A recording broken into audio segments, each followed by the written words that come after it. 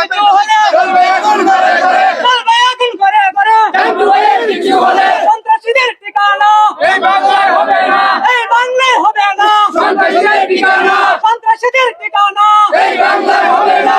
আমার ভাই তোমার ভাই জানু ভাই, জানু ভাই, জানু ভাইয়ের কিছু হলে চলবে আগুন করে করে, চলবে আগুন করে করে, টাঙ্গুয়ারের কিছু হলে।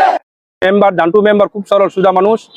সন্ত্রাসীর হামলায় তার বাড়িতে গিয়ে তারা আক্রমণ করায় দিনের বেলায় আমরা তীব্র প্রতিবাদ জানাই। মানে সুনির্দিষ্ট তদন্ত করে আইনের আওতায় আনা হোক। হইল ৯ নং ওয়ার্ডের বর্তমান এমপি সদস্য। আর দুর্ভাগ্য এরা যারা এই সন্ত্রাস বাহিনী, তাদের বাড়ি হইল ৯ নগর ৮ নং ওয়ার্ড। তারা আচরের ৪টার দিকে মানে আমার চাচা ঘুম অবস্থায় যাইয়া এলুপাতারে ভাবে মানে গড়ে দুয়ারে কুয়াইয়া টানতাপড়া করে নিছে। গড়ের কোনো চিনি না। আমার চাচার একটা হাত ভাঙছে, পায়ে ভাঙছে, কোমরের মেরুদণ্ড ভাঙছে। চাচা মৃত্যুর সাথে পাঞ্জালত আছে।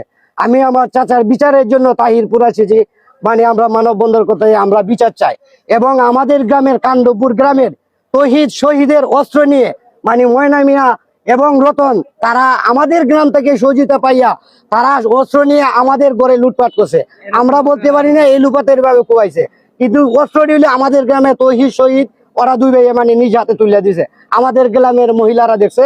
আর ৮ নং ওয়ার্ডের ময়না মিয়া এবং রতন এবং সাহেল এবং জুয়েল আরো বিভিন্ন জন তারা এলুপতি ব্যাপারে আমাদের মহিলারা, আমার এক চাচিরে মারছে, আমার এক জিডিরে মারছে, আমার এক বন্ডে মারছে। তারা ফিরাইতে গিয়ে আমরা বেডান কেউ বাড়িতে ছিলাম না, তারা দিন দুপুরে যাইয়া এভাবে আমার চাচারে কুবাইয়া রক্তাক্ত করছে।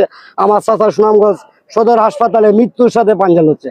আমরা বিচার চাই, সুস্থ বিচার চাই। বিচারের দাবিতে তাহিরপুর আছে।